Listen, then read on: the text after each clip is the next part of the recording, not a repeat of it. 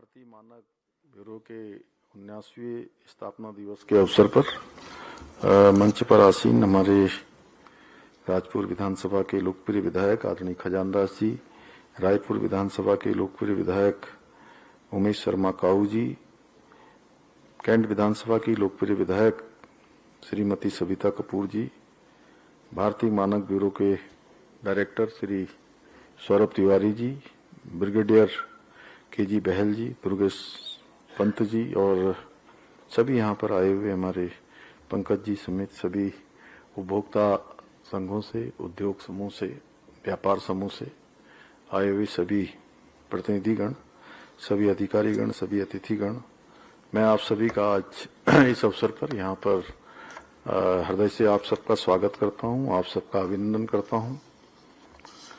मेरे लिए प्रसन्नता का विषय है कि मुझे आज भारतीय मानक ब्यूरो के स्थापना दिवस के अवसर पर आप सभी के बीच में इस कार्यक्रम में उपस्थित होने का शुभ अवसर प्राप्त हो रहा है। भाइयों बहनों, भारतीय मानक ब्यूरो पिछले 79 वर्षों से देश में गुणवत्ता, विश्वसनीयता, उपभोक्ता संरक्षण की दिशा में निरंतर कार्य करते हुए गुणवत्ता ही पहचान के मंत्र को साकार कर रहा है।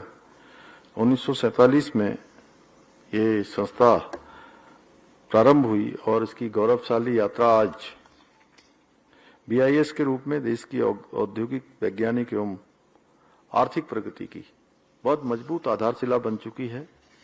मानकीकरण, प्रमाणीकरण, गुणवत्ता परीक्षण के माध्यम से BIS न केवल उद्योगों को वैश्विक प्रतिस्पर्धा के योग्य बना रहा है, बल्कि आम नागरिकों के जीवन में भी सुरक्षा, भरोसे और संतुष्टि के भाव को मजबूत कर रहा है। भारतीय मानक ब्यूरो ने पिछले 8 दशकों में न केवल उपभोक्ताओं की सुरक्षा सुनिश्चित की है, बल्कि उद्योग, व्यापार और सेवा के क्षेत्र को भी मजबूती प्रदान करने का काम किया है। इसलिए यदि मैं कहूं कि भारतीय मानक ब्यूरो आज भारत में गुणवत्ता आधारित संस्कृति का आधार स्तंभ बन गया है, तो इसमें कोई अतिशयोक्ति नहीं होगी।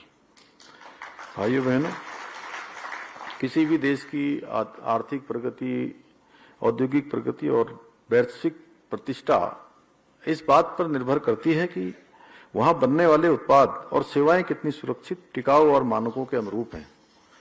ये सुनिश्चित करने का काम आप लोग करते हैं, क्योंकि जब कोई नागरिक किसी उत्पाद पर ISI मार्क देखता है तो उसे भरोसा हो जाता है कि उत्पाद गुणवत्ता और सुरक्षा के सभी मानकों पर खरा उतरेगा। यही विश्वास भारतीय मानक ब्यूरो की सबसे बड़ी उपलब्धि और उसकी साख का प्रतीक है। भाइयों बहनों, आज मानकीकरण का दायरा केवल उद्योगों तक सीमित नहीं रह गया है, बल्कि यह कृषि के क्षेत्र, स्वास्थ्य के क्षेत्र, सुरक्षा, ऊर्जा, जल संरक्षण, आपदा प्रबंधन और डिजिटल सेवाओं जैसे महत्वपूर्ण क्षेत्रों तक इसका विस्तार हो चुका है।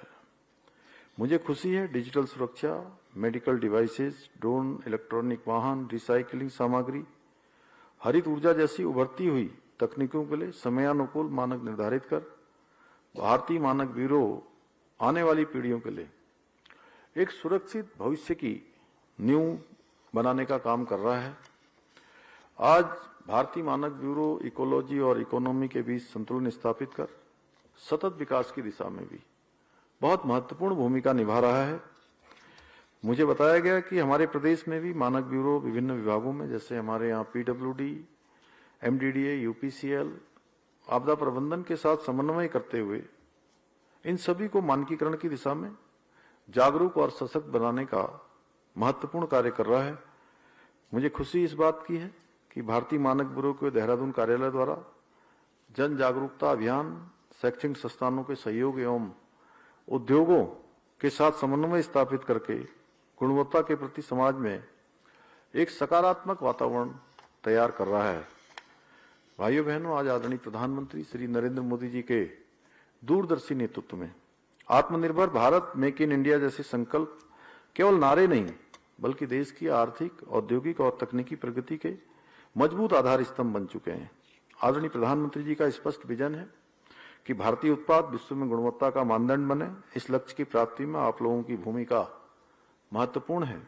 हमारे प्रदेश की सरकार भी अपने स्थानीय और पारंपरिक उत्पादों में, जैसे हस्तशिल्प, जैविक कृषि उत्पाद, औषधि जड़ी बूटियां, स्थानीय खाद्य उत्पादों के लिए उच्च गुणवत्ता वाले मानक स्थापित करने की दिशा में भी निरंतर कार्य कर रही है। वहीं हम हाउस ऑफ हिमालयाज ब्रांड के माध्यम से एक एम्ब्रेला ब्रांड बनाकर हमारे जो स्थानीय उत्पाद हैं उन सभी को विश्व स्तरीय पहचान दिलाने की दिशा में भी महत्वपूर्ण काम कर रहे हैं। और इसमें भी सबसे महत्वपूर्ण है कि हमारी मातृशक्ति महिलाओं के द्वारा जो उत्पाद बनाए जा रहे हैं उनकी पहचान बढ़ने के साथ उनकी मांग भी बहुत तेजी से बढ़ रही है। भाइयों बहनों, आज आवश्यकता है अच्छी गुणवत्ता वाली हमारी आदत भी बने और एक ये जन आंदोलन का रूप भी ले, क्योंकि गुणवत्ता की मांग करना केवल उपभोक्ता का अधिकार नहीं बल्कि आधार हमारे विकसित भारत का भी है। आत्मनिर्भर भारत के निर्माण के लिए भी हर एक नागरिक की ये जिम्मेदारी भी है।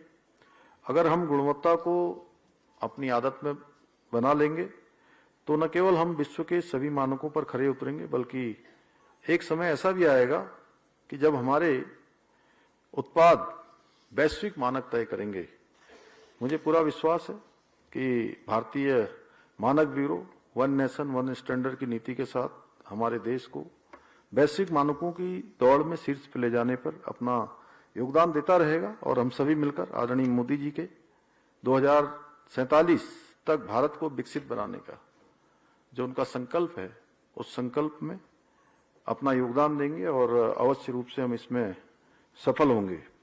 आज भारतीय मानक ब्यूरो द्वारा वैज्ञानिक चेतना को भी मजबूत बनाने के लिए उसको विकास, व्यवहारिक उपयोगिता को समाहित करने की भी आवश्यकता को रेखांकित किया गया है। अतः मैं कुछ तथ्यों से भी आपको सबको अवगत कराना चाहता हूं कि पहली बार राज्य में विज्ञान एवं प्रौद्योगिकी एवं नवाचार नीति STIP 2025 लागू की गई है। पहली बार राज्य के 13 जनपदों के 95 ब्लॉकों में 180 स्टेम विज्ञान, तकनीकी, इंजीनियरिंग एवं गणित आधारित प्रयोगशालाएं स्थापित की जा चुकी हैं। पहली बार राज्य के सभी जनपदों में ब्लॉकों में science and technology premier league का आयोजन किया जा रहा है, जिसमें सैकड़ों छात्र लाभान्वित हो रहे हैं। पहली बार राज्य के सभी 13 जनपदों में प्रत्येक जनपद में एक लैब ऑन व्हील्स इसकी शुरुआत की जा चुकी है। पहली बार राज्य के विभिन्न विश्वविद्यालयों एवं अन्य केंद्रों में 60 पेटेंट सूचना केंद्र यानी पेटेंट इंफॉर्मेशन सेंटर स्थापित किए जा चुके हैं। पहली बार राज्य में महिलाओं के लिए समर्पित C4 STEM कार्यक्रम प्रारंभ किया गया, जिसके माध्यम से सैकड़ों महिलाएं आज लाभान्वित हो रही हैं। पहली बार सीमांत जनपदों के लिए विज्ञान प्रौद्योगिकी आधारित सीमांत क्षेत्र विकास परिषद का गठन किया गया है। पहली बार हिमालय राज्यों से उत्तराखंड राज्य के समन्वय हेतु एक उच्च स्तरीय समिति का गठन किया गया है, जो सभी हिमालय राज्यों से मिलजुल कर वहां की चुनौतियों से वाकिफ होकर समन्वय का काम मिलजुल कर करेंगे। पहली बार पर्वतीय सीमांत जनपदों में विज्ञान महोत्सव का आयोजन किया गया है। इस वर्ष यह महोत्सव अभी हाल ही में रुद्रप्रयाग जनपद में आयोजित किया गया था।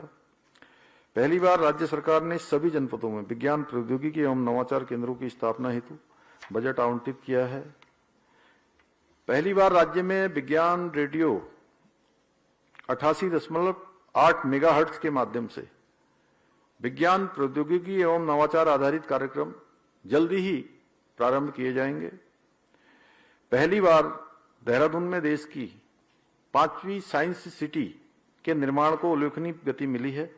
भारत सरकार के 60% और राज्य सरकार के 40% के संयुक्त सहयोग से लगभग 175 करोड़ रुपए की धनराशि से इस साइंस सिटी का निर्माण किया जा रहा है, जिसमें राज्य सरकार द्वारा अपना राज्यांश भी जारी कर दिया गया। मैं तो आप सब लोगों से अनुरोध करूंगा कि जहां ये साइंस सिटी का निर्माण हो रहा है, एक बार जरूर अपने बच्चों को, आसपास के लोगों को और आप सब लोग जरूर एक बार उसको देखने भी अवश्य जाएं।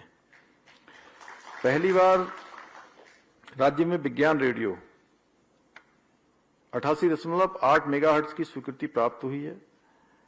पहली बार राज्य में महिला प्रौद्योगिकी केंद्र स्थापित किए जा रहे हैं। पहली बार राज्य में केंद्रीय संस्थानों के साथ विज्ञान प्रौद्योगिकी एवं नवाचार आधारित संवाद स्थापित किए जा रहे हैं। पहली बार आपदा प्रबंधन में सिलक्यारा विजय अभियान ने विजय प्रौद्योगिकी आधारित अत्याधुनिक रेस्क्यू मॉडल पेश किया गया है, जिस पर आधारित विश्व आपदा प्रबंधन सम्मेलन का आयोजन किया गया है। कोई भी क्षेत्र या कोना ऐसा नहीं है जहां वह शोध हो, परियोजनाएं हो या नवाचार हो जिसे हमने पूरी तरह से कवर न किया हो, बल्कि 95 ब्लॉकों एवं 13 जनपदों में विज्ञान प्रौद्योगिकी नवाचार को पहुंचाने का कार्य किया है।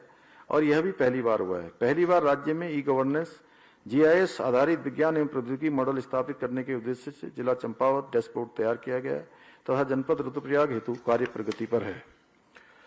ये सभी काम राज्य में मानकों के साथ आगे बढ़ाए जा रहे हैं। मैं आज के इस अवसर पर एक बार फिर से भारतीय मानक ब्यूरो टीम की पूरी टीम को बहुत धन्यवाद करते हुए उनको आज के स्थापना दिवस के अवसर पर सबको बधाई देते हुए मैं अपनी बात समाप्त करता हूं। धन्यवाद।